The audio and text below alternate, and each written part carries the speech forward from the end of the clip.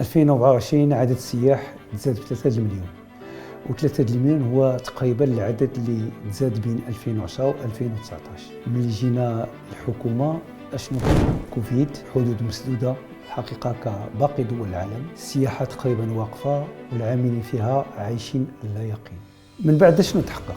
11 مليون سائح في 2022، 14 مليون ونص في 2023، 17 مليون و400 ألف في 2024، رقم لأول مرة السياحة المغربية وصلت ليه. قدرنا نوصلوا لهذا الرقم القياسي بفضل التوجيهات السامية لصاحب جلالة نصره الله للنهوض بالقطاع، ومن بعد عمل كبير يمكن لنا نلخصوه في جوج ديال النقاط.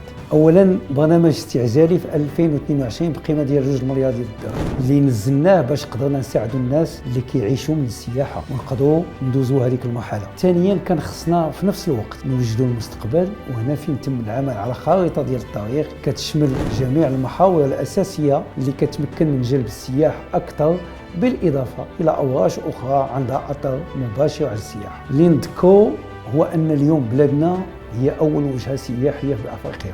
الأهداف اللي حددناهم السنوات الجاية وإحنا دابا واخدين فيهم الرؤوس. والسائح المغربي هو السائح الأول أكثر من أي جنسية أخرى، والمواطن المغربي هو المستفيد الأول من العمل اللي كنديرو، حيث باش ندعموا السياحة كنحسنوا البنية التحتية والطرق وكنخلقوا فرص شغل مباشرة وغير مباشرة، حيث السياحة كيشتغل فيها العاملين في الأوتيل وفي النقل والصانع التقليدي والفلاح والصياد اللي كيبيعوا يعني المطاعم والمهندس والعامل اللي كيشتغل في الشونتي ديال لوطيل ومهن اخرى واللي مازال غادي يعني تزيد تحرك ان شاء الله. في 2023 مثلا السياحه خلقت 25 الف منصب شغل جديد بارتفاع ديال 25% مقارنه مع الهدف اللي هو محدد في خارطه الطريق. طموحنا كبير للسياحه في بلادنا وبغينا نحققوا انجازات اكبر ونزيدوا نضاعفوا ارقام السياحه في افق 2030، وعوانين على انخراط الجميع باش ننجحوا في هذه الأوراش،